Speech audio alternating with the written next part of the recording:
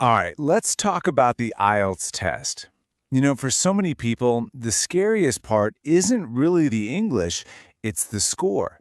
What does a band 7 even mean? How do they come up with that number? Well, today we're going to crack that code. We are demystifying the entire band score system. Let's dive right in. This is the big one, isn't it? This is the question that probably keeps you up at night. You start second-guessing yourself. Is my vocabulary good enough? Is my grammar perfect? Oh my gosh, what about my accent? Look, these are totally normal questions to be asking. But what if that's the wrong question to be asking in the first place?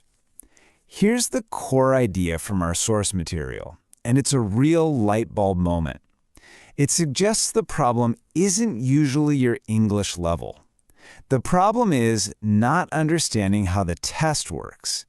And that fundamental misunderstanding is exactly what we're going to unpack right now.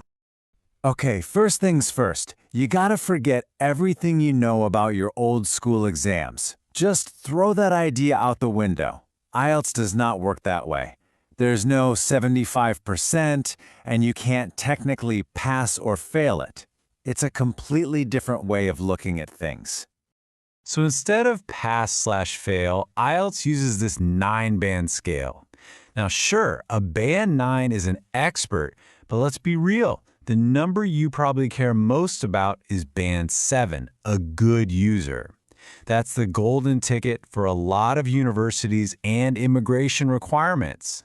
A band 6, competent user, is still solid but might show you have a few issues. So here's the key. Stop aiming for a perfect 9. Aim for the specific band score that you need to get. So how do they actually calculate your final score? Well, the math is surprisingly simple. They take your 4 scores, listening, reading, writing, and speaking, add them up, and divide by 4 to get the average. But, and this is a big but, it's that third step, the rounding rule. That's where the real magic happens. This little detail is absolutely crucial. And this shows you exactly why every single point counts.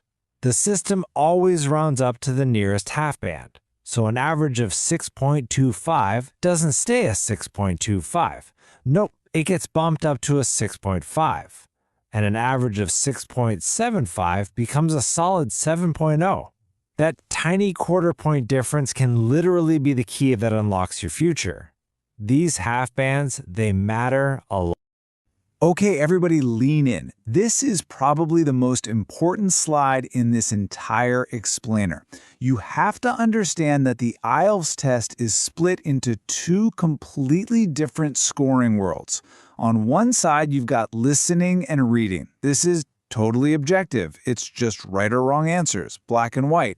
But on the other side, you've got writing and speaking, and this is subjective. You're being judged by a trained human examiner based on a very specific set of rules. This is where most people get tripped up. So let's do it. Let's peek inside that examiner's mind. When they're looking at your writing, they are not just giving a vague overall impression. They are scoring you against 4 strict, equally important criteria. You can almost think of them as 4 hidden judges who all have a say. So, meet judge number 1, task achievement. The rule here is simple, but absolutely brutal. Did you do exactly what the question asked? If the question asks for your opinion and 2 examples and you forget the examples, your score for this whole category can just plummet. You have to answer the whole question. Next up, judge number 2, coherence and cohesion. This is all about structure and flow. Is your argument easy to follow? Do your paragraphs connect logically? Are you using linking words like however or therefore correctly?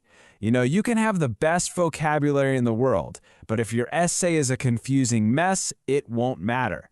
Clarity is king here. And here's judge number 3, lexical resource. In plain English, vocabulary. But here's the twist everyone misses. It is not about using the biggest, most complicated words you can find in a thesaurus. In fact, using a big word incorrectly will actually hurt your score. This is all about using the right word in the right place, accurately and effectively. And our final judge is grammatical range and accuracy. Now pay close attention to that word, control. The examiner wants to see a mix of simple and complex sentences, for sure, but they would much rather see you write simple sentences perfectly than complex sentences that are full of mistakes. Control is always valued more than risky, overly complicated grammar. Okay, now let's switch gears and talk about the speaking test. And guess what? You're going to see a very, very similar pattern. The examiner isn't just judging how good your speaking is in general. Just like with writing, they are listening for 4 very specific things. First up is fluency and coherence. This is all about the flow of your speech. Can you keep talking without long, awkward pauses or searching for words? Can you link your ideas together in a way that makes sense? And let me be clear, this has absolutely nothing to do with your accent. It's all about the rhythm and continuity of how you speak. Lexical resource pops up again, but for speaking, it's really about flexibility. Can you find the right words to talk about different topics? And, maybe most importantly, can you paraphrase? Can you explain something in a different way if you forget a specific word? Examiners can spot a memorized robotic answer from a mile away, and you will be penalized for it. Natural, flexible language is what scores points. And just like in the writing section, grammatical range and accuracy here is all about that balance. Yes, the examiner wants to hear a mix of sentence structures, but again, control is king. A few small mistakes here and there are totally fine, but frequent errors that make you difficult to understand, that's what will lower your score. Finally, we have pronunciation. And let's get this straight once and for all. This is not about your accent. You do not need a British accent or an American accent. The only question the examiner is asking is, can I understand you easily? It's about things like stressing the right syllables and using intonation to make your meaning clear. That's it. It's about clarity, not accent.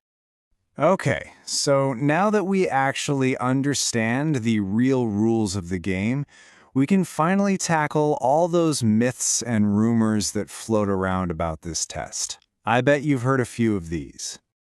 Let's bust these myths, rapid fire. Using big, advanced words gets you a high score. False. Using them incorrectly hurts your lexical resource score. Your accent affects your speaking band. Absolutely false. All that matters is clear pronunciation. Any grammar mistake will lower your score. Nope. As long as you show overall control, small errors are expected. And one bad section ruins your whole test? Also false. Your final score is an average, so a great score in one part can help pull up a weaker one.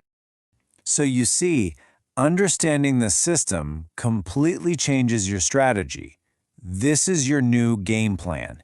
Instead of vaguely chasing big words, you can focus your energy directly on those 4 scoring criteria.